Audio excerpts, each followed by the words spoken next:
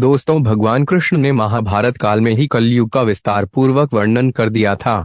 कलयुग में लोग कैसे होंगे, जीवन कैसे व्यतीत होगा, लोगों का व्यवहार एक दूसरे के प्रति कैसा होगा, यह सब उस काल में ही बताया जा चुका था। यहाँ हम प्रस्तुत करेंगे भगवान कृष्ण द्वारा कलयुग के बारे में बताई गई 5 कड़वी बातें, जो आज 100% सच हो रही है। कलयुग के कड़वे सत्य।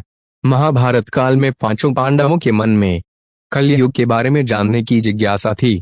उन्होंने श्री कृष्ण से एक बार पूछा कि कलयुग में मनुष्य कैसा होगा, लोगों के विचार कैसे होंगे और मोक्ष प्राप्ति कैसे होगी। ये प्रश्न सुनकर श्री कृष्ण ने 5 पांडवों को वन में जाने को कहा। साथ ही ये भी कहा कि तुम जो कुछ भी वहां देखो उसे मेरे पास आकर विस्तार से बताना। श्री कृष्ण का आदेश पाकर 5 भाई वन गए और कुछ समय बाद वापस आए। फिर एक एक कर 5 भाइयों ने वन में जो देखा था वो भगवान कृष्ण को बताया। युधिष्ठिर के प्रश्न। सबसे पहले युधिष्ठिर ने श्री कृष्ण को बताया कि उन्होंने वन में 2 सूंड वाले हाथी को देखा।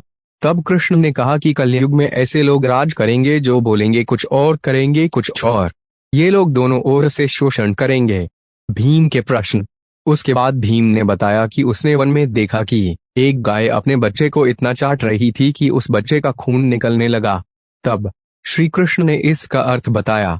श्री कृष्ण ने बताया कि कलयुग का मनुष्य अपने बच्चों से इतना आसक्त होगा कि ऐसी ममता के कारण बच्चों का विकास ही रुक जाएगा।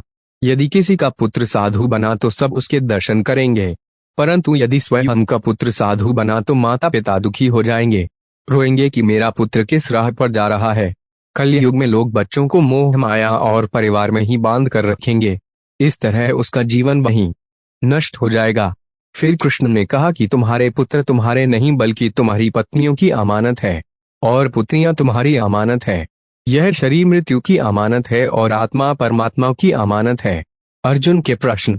इसी तरह भीम के बाद अर्जुन ने बताया कि उसने एक पक्षी को देखा जिसकी पंख पर वेद की ऋचाई लिखी हुई थी, परंतु वो एक मनुष्य का मांस खा रहा था। यह देखकर मैं हैरान हो गया।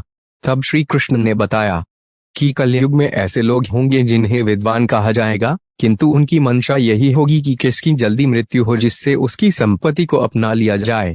व्यक्ति का पद चाहे कितना भी बड़ा क्यों ना हो, किंतु उसकी दृष्टि दूसरों की संपत्ति पर ही रहेगी। ऐसे लोग बहुत होंगे जो दूसरे के धन को छीनने को आतुर होंगे। वास्तविक संत तो कोई कोई ही होगा। नकुल के प्रश्न। अर्जुन के बाद फिर नकुल ने श्री कृष्ण को वन के बारे में बताया। नकुल ने कहा कि मैंने देखा कि एक भारी चट्टान पर्वत से गिरी और बड़े से बड़े वृक्ष भी उसे नहीं रोक पाए, परंतु एक छोटे से पौधे से टकरा कर वह चट्टान वहीं रुक गई। तब इसका अर्थ बताते हुए श्री कृष्ण ने कहा कि कलयुग में मनुष्य की बुद्धि क्षीण होगी, उसका जीवन पतन होगा और इस पतन को धन या सत्ता के वृक्ष रोकने में सक्षम नहीं होंगे, किंतु हरिनाम रूपी एक छोटे से पौधे से मनुष्य का जीवन पतन होने से रुक जाएगा। हरि कीर्तन से मनुष्य की बुद्धि प्रबल होगी। सहदेव के प्रश्न। अपने 4 भाइयों की तरह सहदेव ने भी भगवान कृष्ण से वन की बात बताई। सहदेव ने बताया कि उसने वन में अनेकों कुएं देखे, जिनमें से केवल बीच का कुआं खाली था जो कि सबसे गहरा था। कृष्ण ने सहदेव को इसका अर्थ बताते हुए कहा कि कलयुग में धनी व्यक्ति अपने शौक के लिए पुत्री विवाह के उत्सवों में बहुतायत में धन खर्च करेंगे, परंतु यदि किसी भूखे को देखेंगे तो उसकी सहायता करने में किसी की कोई रुचि नहीं होगी। इंद्रियों की संतुष्टि, मदिरापान, मांस भक्षण और व्यसन में धन खर्च किया जाएगा। जो लोग ऐसी आदतों से दूर होंगे उन पर कलयुग का नहीं बल्कि परमात्मा का प्रभाव होगा। तो दोस्तों, ये है कलयुग के 5 कड़वे सत्य। आपको हमारी ये वीडियो कैसी लगी नीचे कमेंट कर